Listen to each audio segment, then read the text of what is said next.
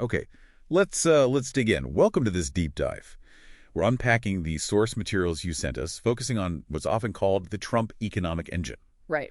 Our goal here really is to just cut through some of the noise, pull out the key ideas from these different articles and notes, and try to understand what they tell us about this whole economic approach. And it kicks off with a pretty bold promise that you see in the sources, this idea the economy would really flourish, become the best it has ever been, all driven by the private sector. That was definitely the message. But, and this seems crucial from the sources right away, we need context. The economy inherited in 2017. It wasn't struggling. It was already in what the sources call the longest economic expansion in American history. Yeah, that's a really important baseline. Good growth, low unemployment already happening. That momentum, you have to factor it in when looking at what happened next. Exactly. So based on these materials, we'll look at what the main things, tax cuts, deregulation, trade stuff. Right, the data, too, according to the independent analyses mentioned. And we should also touch on some points raised in your sources about business interests during that time. Okay, let's start with the big one. The Tax Cuts and Jobs Act of 2017.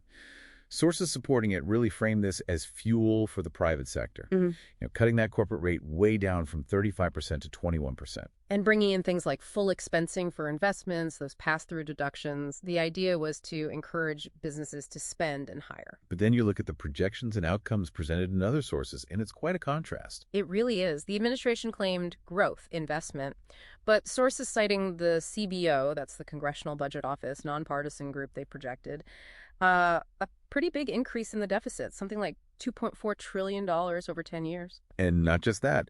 Critics cited in your sources were arguing the benefits were, quote, skewed to the rich, pointing to data suggesting the top 1% got maybe $60,000 a year from it, while the bottom 60%, less than $500. Plus, the Tax Policy Center, another group mentioned, apparently found little impact on business investment from the cuts themselves.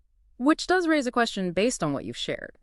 If the goal was big investment growth, but independent analyses saw limited investment effects, a larger deficit, and skewed benefits, how do we square that circle using just this info?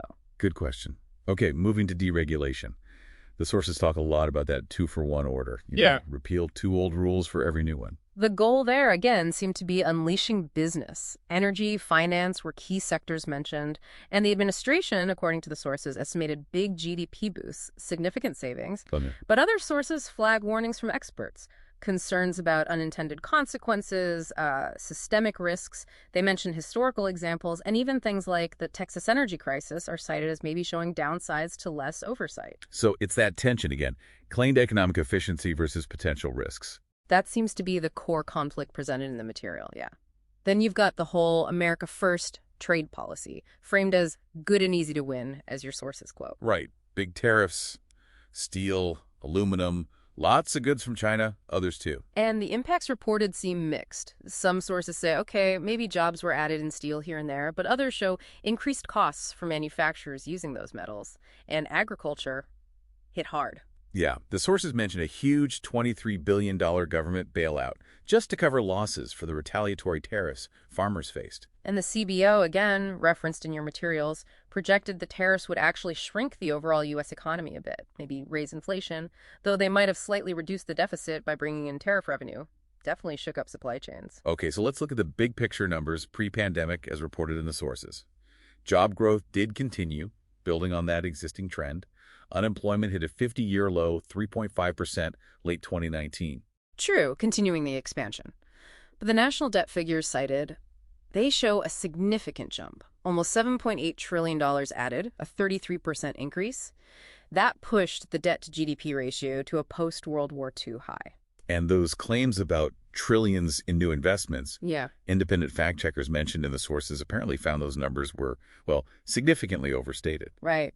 The sources also raised these points about business interests, citing reports from groups like CRW and the House Oversight Committee about money flowing from foreign governments into Trump businesses during the presidency.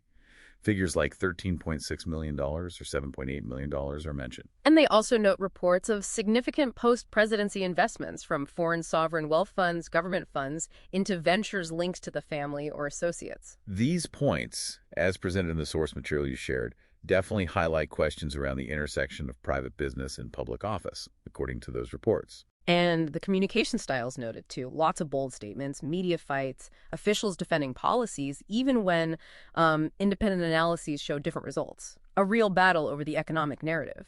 So, looking at all this source material together, the legacy seems complex. A bold policy shift, clear goals stated, but then debates about the actual impact on debt, trade, regulation, and then COVID hit, making any simple assessment even harder.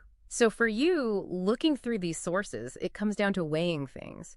How do you balance the administration's stated goals and claimed wins against the data from groups like the CBO, the criticisms raised, and those potential trade-offs in areas like, say, trade or regulation? Yeah, it really leaves you with that fundamental question, doesn't it? How do you personally navigate these economic narratives? Especially when claims seem to clash with the data presented in independent reports like these. Definitely something to think about.